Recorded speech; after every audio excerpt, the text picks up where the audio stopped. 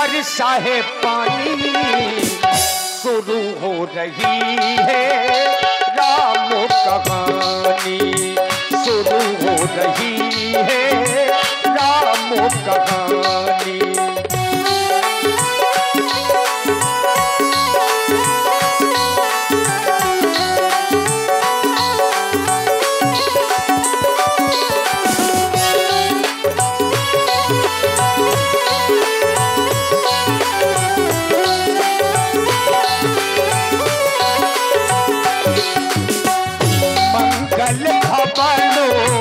अमंगल हारी,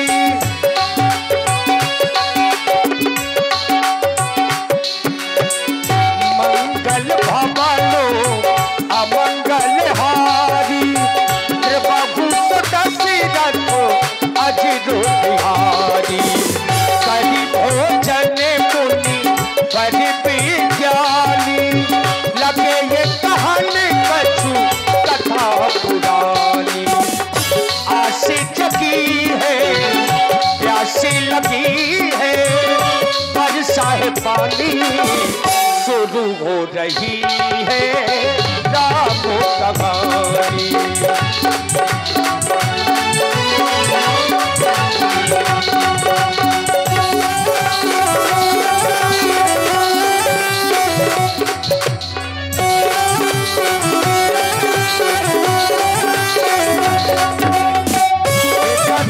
बसे गुरु आज्ञा सुपाई, इकतीस बसे गुरु आज्ञा सुपाई। संध्या करा लो चले तो भाई, आसे जगी है प्यासे लगी है, बरसा है पानी, शुरू हो रही है राम कहानी, शुरू हो रही है राम कहानी, शुरू हो रही है राम कहानी, शुरू हो रही है राम कहानी। और आप हैं श्री राम प्रकाश यादव जी। भाई सेवक कुशवाहा जहां भी हो, कृपया व्यासपीठ के पीछे आ जाएं, आपको समिति याद कर रही है। धन्यवाद। धर्मात्मा राम एवं सौमित्र लक्ष्मण, भोजन पर ज्यादा जोर दिया जाता है, होना भी चाहिए, क्योंकि मानव का जीवन मिला है तो सबसे पहले भोजन की वो तलाश करता है। क्यों करता है? क्योंकि यदि भोजन नहीं मिलेगा तो जीवन नहीं बचेगा। भोजन से ही जीवन है, अन्न ही प्राण है। अगर अन्न नहीं मिला तो प्राण निकल जाएंगे, शरीर निर्जीव हो जाएगा। चलिए अच्छी बात है, मानव को शरीर मिला है तो भोजन करना चाहिए। ठीक है, आपने भोजन किया, आपका शरीर बलवान हो गया। आप सोचेंगे कि अब हम कोई कार्य करें, अपने लक्ष्य को प्राप्त करें उस कार्य के माध्यम से, क्योंकि शरीर हमारा बलवान हो गया है। ठीक है, आप कार्य करने लगे तो क्या ये निश्चित है कि उस शरीर को बलवान आपने भोजन के माध्यम से तो बना लिया है, तो क्या वो कार्य सफल हो जाएगा, ये वो कार्य पूर्ण हो जाएगा? ये क्या संभव है? नहीं लाल। उसका कारण है कि भोजन के माध्यम से आपने शरीर को बलवान बनाया है, लेकिन उस कार्य में मन नहीं लगा। मन को भी तो बलवान बनना चाहिए। नहीं, शरीर तो लगा है कार्य में कि हम अपने लक्ष्य को प्राप्त कर लेंगे, लेकिन मन लगा है दूसरी जगह। जब मन दूसरी जगह है तो कोई भी कार्य, चाहे छोटा से छोटा कार्य हो, उसके लिए बहुत बड़ा बन जाएगा और उस काम में वो सफलता नहीं प्राप्त कर सकता। तो भोजन जितना अति आवश्यक है, उससे भी कहीं विशेष अति आवश्यक है मानव के जीवन में भजन। क्यों? क्योंकि भोजन से शरीर पुष्ट और भजन से मन बलवान होता है, मन पुष्ट होता है। जब भजन करेंगे तो जो मन चंचल, क्योंकि मन की गति चंचल है, तो मन एकाग्र होता है, फिर उसको जहां पर लगाया जाएगा वहीं पर लगेगा। और ये भोजन और भजन यदि दोनों जिस व्यक्तित्व के द्वारा होते हैं, तो चाहे जितना बड़ा कार्य हो, चाहे वो सांसारिक भौतिक वस्तुओं की प्राप्ति हो और चाहे आध्यात्मिक प्राप्ति हो, ईश्वर की प्राप्ति हो, दोनों सहजता से ही वो व्यक्ति पहुंच जाता है, उनको प्राप्त कर लेता है। लेकिन उसमें एक अंतर है। अंतर क्या है? भोजन और भजन में बिल्कुल थोड़ा अंतर है, उसको समझिएगा, प्रयास करिएगा। भोजन में भा शब्द में ओ की मात्रा लगी हुई है, ओ की मात्रा, और वो ओ की मात्रा यदि हटा दी जाए तो वही भोजन क्या हो जाएगा? भजन बन जाएगा। तो वो जो ओ की मात्रा लगी हुई है वो स्पष्ट समाज को संदेश देती है कि भोजन तो करो, अगर शरीर को बलवान बनाना है तो एक मात्रा अनुसार, एक मात्रा होनी चाहिए, अनुपात होना चाहिए। अगर मात्रा अनुसार भोजन नहीं आप कर रहे हैं तो शरीर को बनाना चाहते हैं बलवान, अपने अनुकूल, वो बन जाएगा आपके प्रतिकूल, तमाम रोग लग जाएंगे शरीर में। और भजन में कोई मात्रा नहीं है, बिना मात्रा का है भजन, तीनों शब्द। उसको चाहे रात में करो, चाहे दिन में करो, चाहे सोते करो, चाहे जागते करो, चाहे खाते करो, चाहे पीते करो, चाहे मार्ग चलते करो, चाहे जब करो, भाई कुभाए अनखाल सहू, नाम जपत मंगल दिस दसहू। जब भजन आप करेंगे तो आपका मन सुदृढ़ होगा, बलवान हो जाएगा। अब जब दोनों शरीर भी बलवान और हमारा मन भी बलवान, तो चाहे जो कार्य हो सहज रूप से भी वो कार्य सफल हो जाएगा, संपन्न हो जाएगा। और ये कहा भी गया है, क्योंकि उमा कहा मैं अनुभव अपना, सत्य हरि भजन। और ध्यान दे, या श्री विनय यादव जी, और आप हैं धर्मात्मा राम। यहाँ से स्पष्ट संकेत मिला कि संध्या करने के लिए आदेश। संध्या है क्या? संध्या कोई दूसरी वस्तु नहीं, संध्या ही भजन है। संधि नाम संध्या का, जहां पर जीवात्मा का परमात्मा से मिलन हो जाए उस क्षण का नाम संध्या है। जहां पर गुरु और शिष्य का बिल्कुल आत्मबोध हो जाए उसका नाम संध्या है। जहां पर दो वस्तुएं मिलन हो जाए वही संधि का नाम ही संध्या है। ये पावन समय है, क्योंकि कहा भी गया उमा कहूं मैं अनुभव अपना, और सत्य हरि भजन जगत सब सपना, वही भजन है, संध्या नाम ही भजन का है।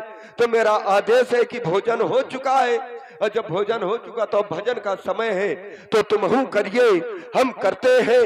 ये संध्या सबको सुखदाई है, इसे तिहु काल करना चाहिए, जो पावन युग चली आई है। ये संध्या तर्पण जप हवन यज्ञ सब नित्य कर्म करना चाहिए, और भवसागर से यदि तरना है तो हरि सुमरन करना चाहिए। जाओ मेरे लाल, ये पावन समय है, जाकर के संध्या उपासना करो। वाह बाबा, गागर में सागर भर दिया आपने। महामुनि ज्ञानी और साथ साथ विज्ञानी परम पूज्य श्री गुरुदेव भगवान के द्वारा हम दोनों भाइयों को आदेश मिला, आदेश दिया गया, जाओ तुम दोनों बंधु मिलकर के संध्या करो। क्योंकि गुरुजी ने हमें सर्वप्रथम धर्म से संबंधित संध्या उपासना के लिए कहा है, और कहा भी गया है गुनाम अंधकार रूनाम प्रकाश, जो हमें अंधकार से प्रकाश की ओर ले जाए उसे गुरु कहते हैं। तो क्यों ना भैया हम श्री गुरुदेव भगवान के बताए हुए मार्ग पर चलें और मिलकर के दोनों बंधु संध्या करें। क्योंकि श्री गुरुदेव भगवान के द्वारा हमें यह अवगत कराया गया, इस संसार में जो भी व्यक्ति संध्या नहीं करते वो शूद्र समझे जाते हैं, अपने अभीष्ट पद से गिरकर अगले जन्म में स्वान की योनि को प्राप्त होते हैं। इसलिए भैया समय न नष्ट करें, आओ दोनों बंधु मिलकर के संध्या करें और श्री गुरुदेव भगवान की आज्ञा का परिपालन करें। अब चलो करें संध्या बंदे,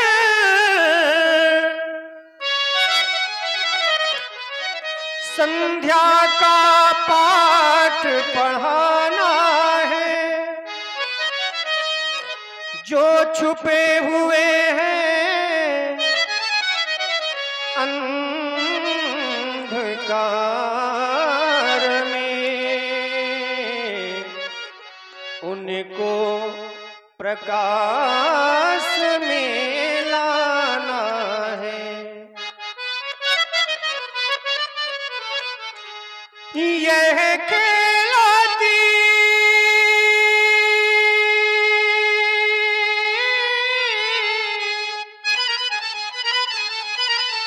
है अरुण उषा,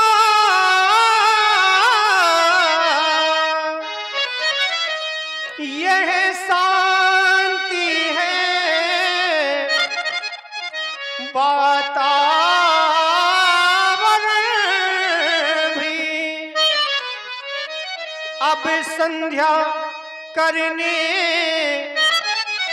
को मेरे भैया ये मन अब मचला जा रहा। और ये मेरा मन बार बार इसलिए मचल रहा है लक्ष्मण, क्योंकि ऐसा हमने जाना है, अगर ये सुंदर समय हमारे हाथों से निकल गया तो पुनः वापस लौटकर आने वाला नहीं। इसलिए आओ दोनों बंधु मिलकर के संध्या करें। अर्चना हम करें, वंदना हम करें,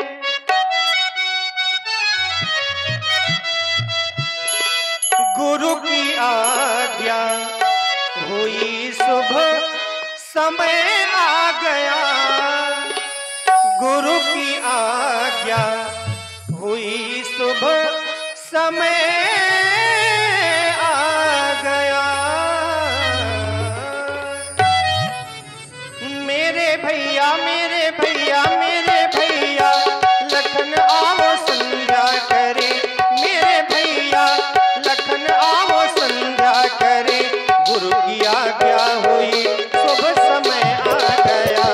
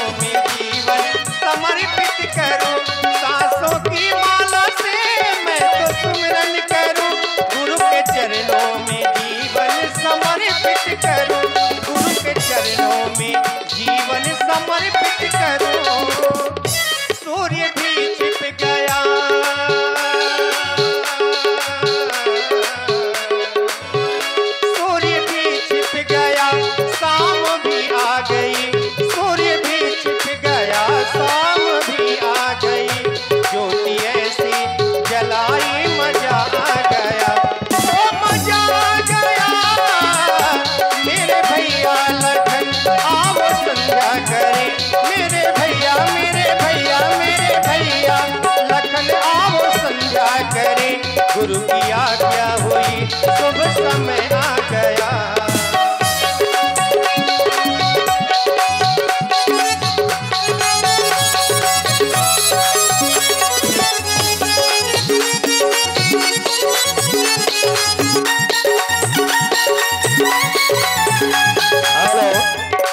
देखिए सज्जनों भाई,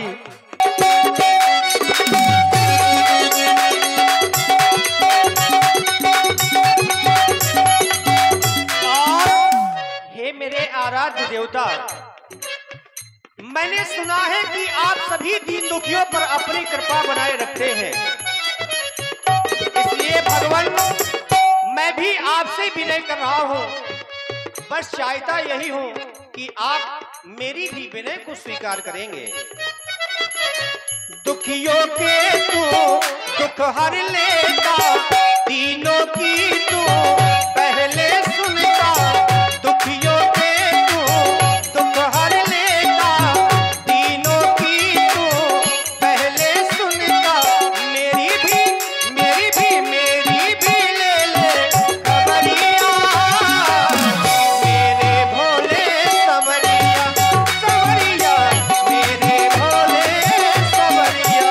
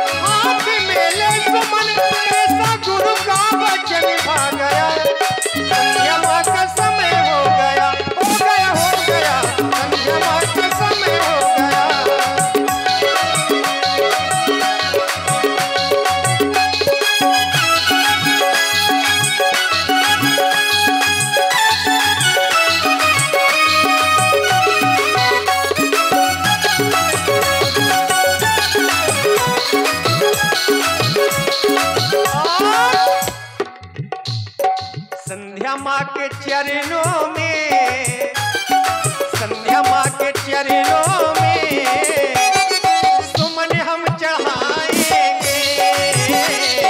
संध्या माँ के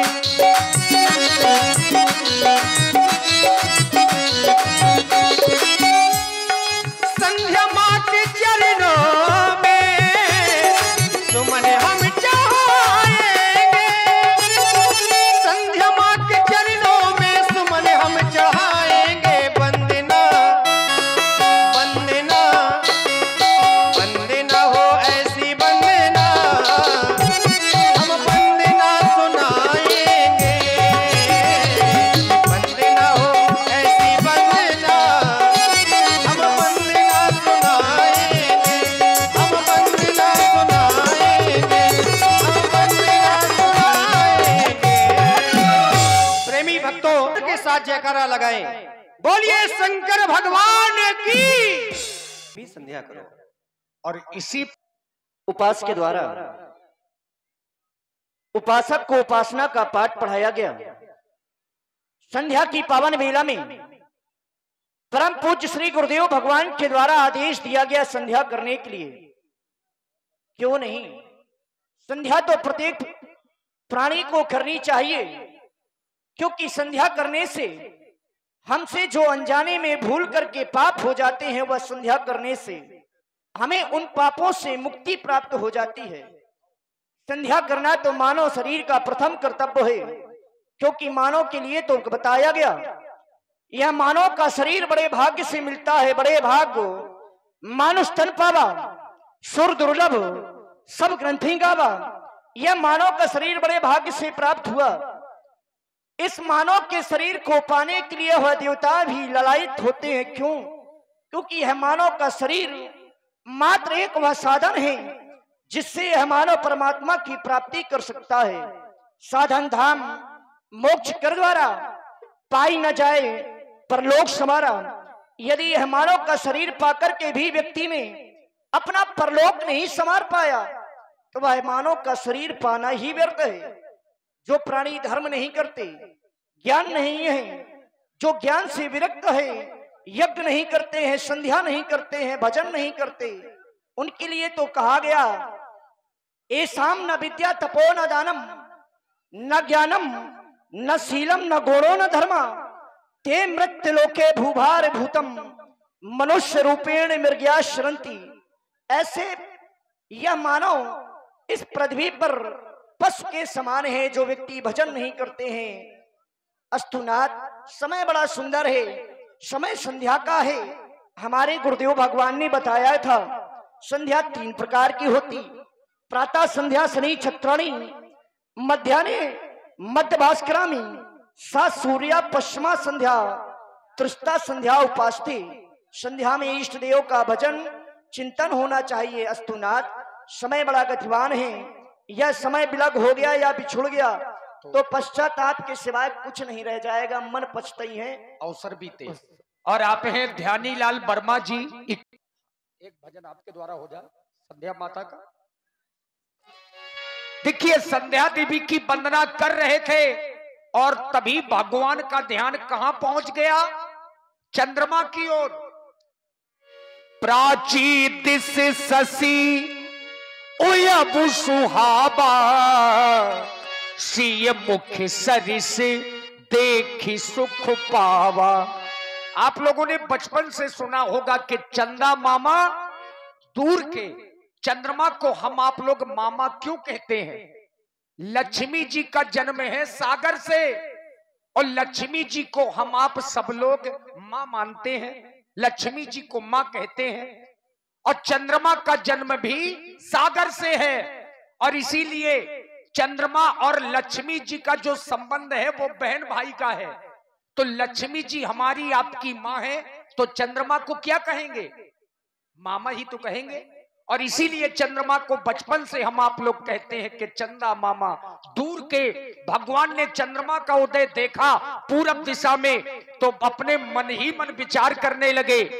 बहुर विचारे कीन्हे मन माही, सीये बदन समो हिम करना ही। हम दोनों भाई मिलकर के संध्या कर रहे थे, मेरा ध्यान चंद्रमा की ओर चला गया। देखो ना लक्ष्मण, आज ये चंद्रमा हमें कितनी सुंदर छटा दिखा रहा है, मानो बरियाई हमसे यह कहलवाना चाहता है कि कह दो राम, जानकी और चंद्रमा में कोई अंतर नहीं। परंतु भैया हम ये कैसे कह दें कि चंद्रमा जानकी के मुखार बिंद की समता कर सकता है, क्योंकि यह तो विरहिणी स्त्रियों को दुख देने वाला कमलों का द्रोही है। भला ये सीता की समता कैसे कर सकता है, क्योंकि चंद्रमा तुम्हारे बारे में बताया गया, जन्म सिंधु पुनि बंधु विष, दिन मलिन सकलंक, सिय मुख समता पाव किमी, चंद बापरो रंक। इसका तो जन्म समुद्र से है, विष इसका भाई है। ये कलंकी चंद्रमा दिन में मलिन रहता है, दिखाई नहीं देता। भला ये सीता की समता कैसे कर सकता है, क्योंकि भैया जानकी के बारे में बताया गया, सीता को चंद्र मुखी कहते, उपमा फीकी पड़ जाती है। उपमा फीकी पड़ जाती है, उपमा फीकी पड़ जाती है, उपमा फीकी पड़ जाती है। इसमें कलंक है लगा हुआ, वो निष्कलंक दर्शाती है।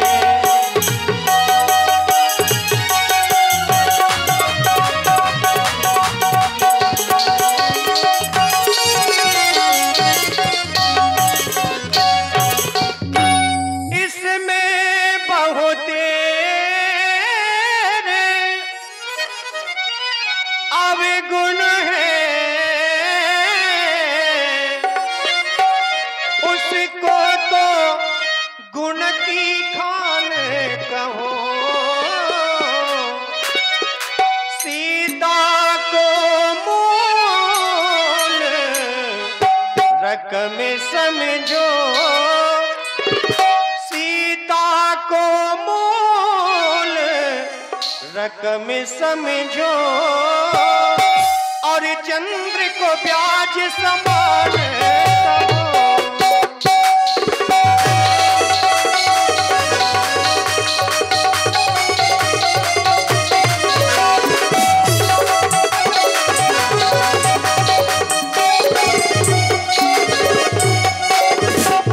इसलिए चंद्रमा, तुम जानकी के मुखार बिंद की समता क्यों नहीं कर सकते? और आप हैं भाई प्रवीण परिहार जी। मैं तो तुम्हारी कहानी को भली भांति जानता हूं। हे चंद्रमा, क्या मैं जानता नहीं हूं, क्या मैं जानता नहीं हूं, चंदा तेरी कहानी कैसे करेगा समता, कैसे करेगा समता, सिया रूप की है रानी।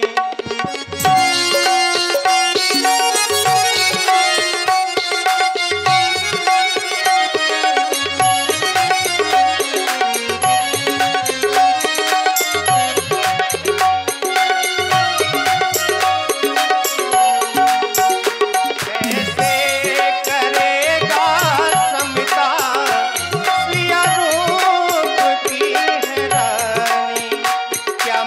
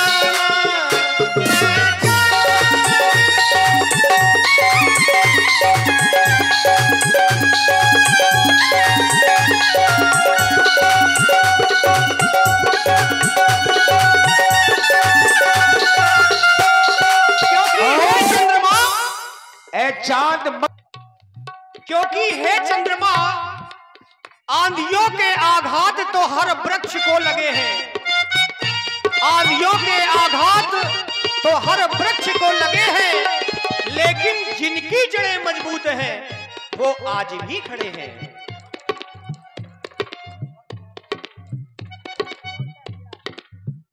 और आप हैं